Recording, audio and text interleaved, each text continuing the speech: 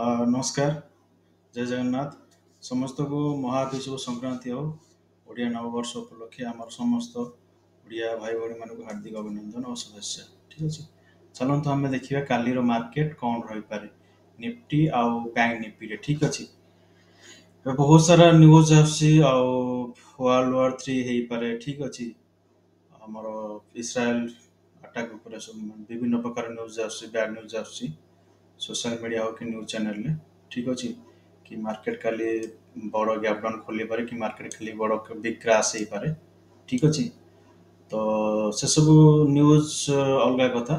तो आम एवं डिस्कसन करवा काली मार्केट कौन निफ्टी और बैंक निफ्टी रे और काली कौन कौन आमर इम्पोर्टाट लेवल ठीक अच्छे से आम डिस्कसन करवा ठीक अच्छे मो सब लेवल अलरेडी मार्क कर देइछि। ये जो येलो लाइन होची ये होची हमर वीकली रेजिस्टेंस ठीक अच्छे मतलब गत सप्ताह ये एक बड़ सपोर्ट एरिया थिला बर्तमान ये रेजिस्टेंस एरिया अछि तो काली ये रेजिस्टेंस हिसाब रे काम करियो 22,550 ठीक अच्छे 22,360 सपोर्ट एरिया आमर लास्ट सपोर्ट एरिया काली पे 22,130 135 ठीक अच्छे जदि भी काली मार्केट गैप डाउन खोलुची धरंतु 150 पॉइंट गैप डाउन खोलुची 120-130 पॉइंट गैप डाउन खोलुची ठीक अच्छे मार्केट मिडिल ले गोटे खोलिबो खोलला पर मार्केट जदि ए एरिया को आसिक रिटेस्ट करुची 22,360 को कारण आप माने सब बेले कहि आसी आमर रेजिस्टेंस एरिया और सपोर्ट एरिया मिडिल जदि मार्केट खोलुची हम किसी ट्रेड नबार नाही आमर कौन करिवो ना आइदर रेजिस्टेंस एरिया न सपोर्ट एरिया को टच करला पर आम नेक्स्ट ट्रेडिंग प्लान सेटअप करवा इंट्राडे हिसाब से ना हमको छाड़बार अच्छे मार्केट को जे पर्यंत आमर सपोर्ट कि रेजिस्टेंस एरिया को मार्केट को माने कौन सी कैंडल टच न करिछि हमको कौन सी ट्रेड नबार ना ये चाहे मार्केट 500 पॉइंट ऊपर पड़ो कि 500 पॉइंट चौपड़ आम ट्रेड नबार ही ना जे पर्यंत आमर मार्केट कैंडल आमर कौन सी माने आमर सपोर्ट एरिया को कौन सी कैंडल टच न करिया जाए ठीक अच्छे तो काली ट्रेडिंग प्लान कौन रहिबो जदि काली मार्केट काली माने गैप डाउन खोलुची तो हम कौन करवा एठी गोटे वेट करवा candle body closing sorry wait करवा एरिया को रिटेस्ट करने 22,360 को रिटेस्ट करने 22,360 हूँ गोटे बड़ वीकली सपोर्ट एरिया और काली भी बड़ सपोर्ट एरिया इंपोर्टाट एरिया ठीक अच्छे मार्केट जब ए एरिया को आसी रिटेस्ट करने माने गैप डाउन खोलला निफ्टी रे तो आपन किसी माने चिंता करिवार नहीं आपन यही जगह खाली वेट करेंगे सॉरी यही जगह खाली मार्क करेंगे या ऊपर कैंडल बॉडी क्लोजिंग होची या तले कैंडल बॉडी क्लोजिंग होची ठीक अच्छे जो साइड रे फास्ट कैंडल बॉडी क्लोजिंग हम आपन जदि 22,360 ऊपर कैंडल बॉडी क्लोजिंग होची 5 मिनट टाइम फ्रेम ठीक अच्छे आप 5 मिनट टाइम फ्रेम को सेट करेंगे 22,360 ऊपर 5 मिनट कैंडल बॉडी क्लोजिंग हो तार हाई को मार्क करिए जदि हाई था जदि से सपोज ये गोटे आमर हाई बनैला ठीक अच्छे मुझे आपको एग्जांपल दूसरी सपोर्ट आमर 22,360 ऊपर 5 मिनट कैंडल बॉडी क्लोजिंग है कौ जगह धरत 22,395 पाखे ठीक अच्छे आपन कौन करेंगे ना आप वेट करेंगे 22,395 जदि कौन सी कैंडल ताकू कौन कला ना ब्रेक कला ठीक अच्छे ब्रेक कला माने आपन कौन करेंगे बाइंग साइड जी आमर भ्यू रहा 22,550 क्लीयर बुझे आप 22,360 ऊपर कैंडल बॉडी क्लोजिंग है ठीक अच्छे कैंडल बॉडी क्लोजिंग केमती हम आइदर ए टाइप रही पारे माने 80-90% बॉडी या तले क्लोजिंग हो माने या सॉरी एटा आमर कौन करेंगे तले क्लोजिंग अच्छे मो ऊपर कथा कहूँ यहाँ धरी नि ठीक अच्छे ये कैंडल बॉडी क्लोजिंग यार धरतु 80-90% जदि ऊपर तार बॉडी आमर सपोर्ट ऊपर क्लोजिंग होची आपन या नहीं पारे ना या परफेक्ट आप नहीं पारे क्या यार कौन सी टोटाल कैंडल टू माने हेड टू टेल पर्यंत या क्लोजिंग अच्छे तो यार हाई को मार्क करेंगे हाई बैक आप कौन कर लंग साइड रे जाई पारे ठीक अच्छे एटा मु एग्जांपल कहूँ सपोज यही टाइप किसी कैंडल जदि यहाँ क्लोजिंग है आप हाई को मार्क करेंगे हाई ब्रेक है आप मार्केट कौन कर 22,550 को फोन थोड़ा आसिक रिटेस्ट कर ठीक अच्छे आ सेकेंड पैटर्न कौन रही मार्केट 22,360 तले धरी नियंतु 22,340 या 330 रे क्लोजिंग है गोटे सेकेंड ଠିକ୍ ଅଛି। ଏକ୍ସାମ୍ପଲ୍ ହିସାବରେ କହୁଛି ଆପଣ ତା ଭାବିବେନି ଯେ 22,330 ତଳ ସେଲିଂ ମାରିବା ବୋଲି।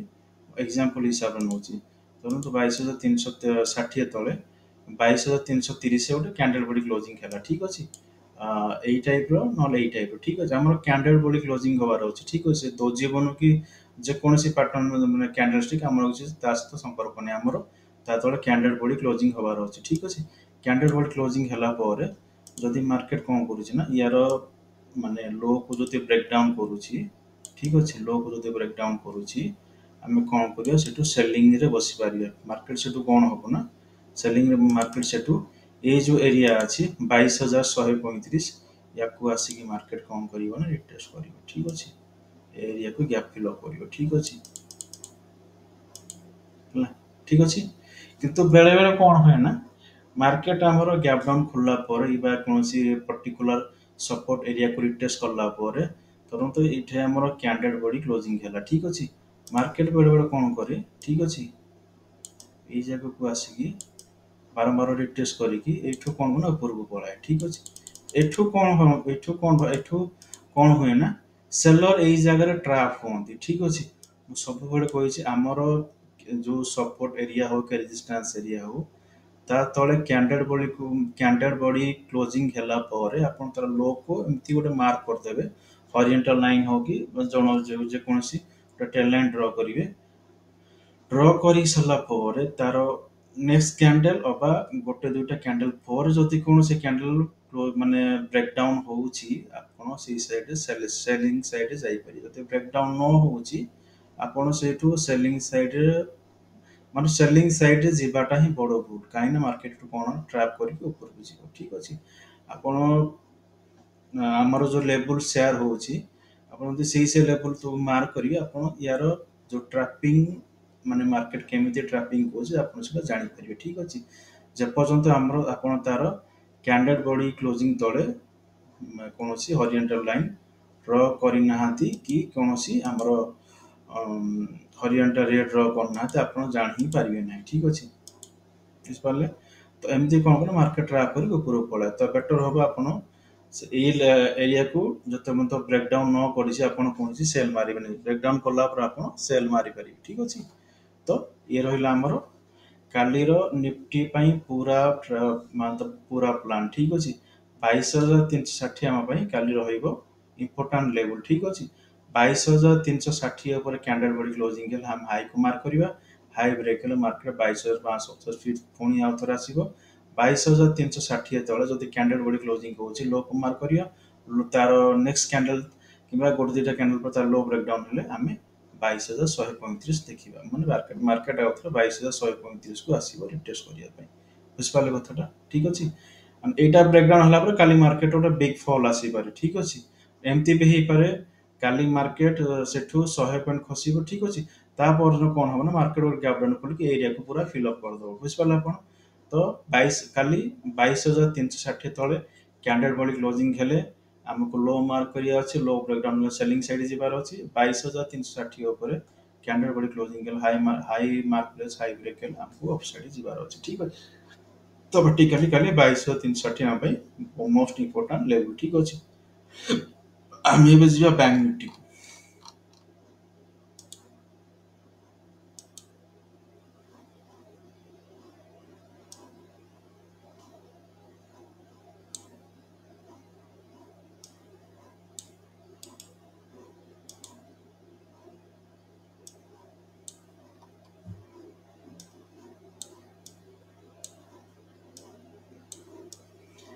କାଲି ବ୍ୟାଙ୍କ ନିଫ୍ଟି ପାଇଁ ଦୁଇଟା ବଡ଼ ସପୋର୍ଟ ଏରିଆ ଅଛି। 48,300 ହେଲା ଯେଉଁ ୟେଲୋ ଲାଇନ୍ ଆମେ ଡ୍ର କରିଛେ ସେଇଟା ହେଲା ୱିକଲି ସପୋର୍ଟ ଠିକ୍ ଅଛି। ମତଲବ ଗତ ସପ୍ତାହର ଯେଉଁ ୱିକଲି ସପୋର୍ଟ ଥିଲା ସେଇଟା ହେଲା 48,300 ଠିକ୍ ଅଛି। ଆଉ କାଲିର ଯେଉଁ ସପୋର୍ଟ ଏରିଆ ଅଛି 48,220। ତ ମାର୍କେଟ ଯଦି କାଲି ଗୋଟେ ବଡ଼ 200-300 ପଏଣ୍ଟର ଗ୍ୟାପ୍ ଡାଉନ୍ ହେଉଛି ତ ଆମକୁ କ'ଣ କରିବାର ଅଛି ଠିକ୍ ଅଛି। 22,303 ଆଉ 22,220 ତଳେ ଠିକ୍ ଅଛି କ୍ୟାଣ୍ଡେଲ୍ ବଡ଼ି କ୍ଲୋଜିଂର ୱେଟ୍ କରିବାର ଅଛି। ବୁଝିପାରିଲେ ଆପଣ। କାରଣ 22,300 ହେଉଛି ଆମର ୱିକଲି ସପୋର୍ଟ ଆଉ 22,220 ହେଉଛି ଆମର ଡେଲି ସପୋର୍ଟ ଠିକ୍ ଅଛି। ବୁଝିପାରିଲେ କଥାଟା। ତ जदि काली मार्केट आमर ट्रेड प्लान कौन हो बैंक निफ्टी जदि काली मार्केट गैप डाउन खोलला पर बड़ गैप डाउन खोलला पर ठीक अच्छे 48,300 को ब्रेक कर न पारुछि न करिकी जदि या तले 48,220 तले कौन से कैंडल बॉडी क्लोजिंग होउछि तार आम लो को मार्क करिया जो कैंडल बॉडी था 22,220 तले क्लोजिंग हम तार लो को मार्क करिया तार लो को मार्क कला पर हम हॉरिजॉन्टल लो एमती हॉरिजॉन्टल रो रे ड्रॉ कर दवार अछि ठीक अछि लो मारी सारा पर तार नेक्स्ट कैंडल ठीक अछि तार नेक्स्ट कैंडल जदि यार लो को ब्रेक कला तो मार्केट काली 47,817 आसवाटा ही आसो ठीक अच्छे बुझिपारे कथाटा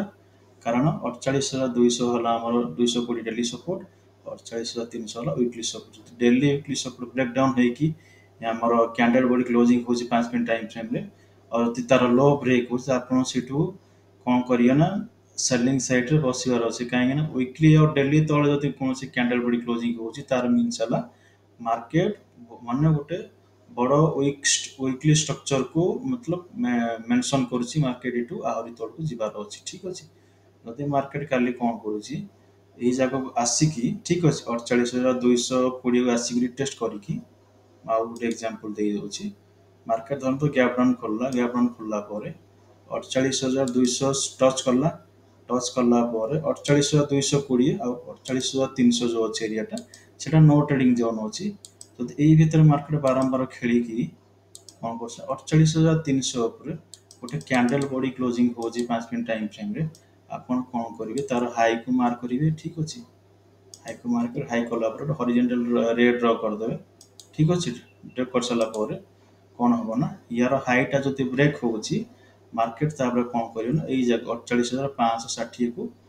565 को आसबार चांस अच्छी ठीक अच्छे ये आसिकी एठू जदि माने एको टच करके ब्रेक करुच्ची तो मार्केट यही जगह आसबार चांस अच्छी ठीक अच्छे गोटे 200-250 पॉइंट मूवमेंट आसबार चांस अच्छी बुझिपारे तो कल बैंक निफ्टी 48,300 आ 48,220 मोस्ट इंपोर्टेंट एरिया 48,220 तो कैंडल बॉडी क्लोजिंग होची कैंडल बॉडी क्लोजिंग कला लो को मार्क करिया लो जो ब्रेक डाउन होची से कैंडल बॉडी तार नेक्स्ट कैंडल तार लो ब्रेक डाउन करबा गोटे दुटा कैंडल पर तार लो ब्रेक होची हमको सेलिंग साइड रे बसिबार अछि और मार्केट 47,818 आसी पारे ठीक अछि बुझिपारे आ जदि 48,300 ऊपर मार्केट जदि कैंडल बॉडी क्लोजिंग होची हमको हाई को मार्क करियो हाई ब्रेक हेले मार्केट कौन करियो ना 48,565 आसिकी रिटेस्ट करियो ठीक अछि यही लेवल गुड़ाक आप मार्क कर दिंतु बैंक निफ्टी 48,300 और 48,220 खाली सपोर्ट एरिया आमर निफ्टी रहीगला 22,220 समथिंग हाँ 22,360 ठीक अच्छे 22,360 काली सपोर्ट एरिया बुझिपारे आशा कर वीडियो भल लगी तो वीडियो भल लगे तो लाइक करेंगे जदि किसी डाउट अच्छे कमेंट सेक्शन कमेंट दे पारे ठीक अच्छे तो आशा कर धन्यवाद।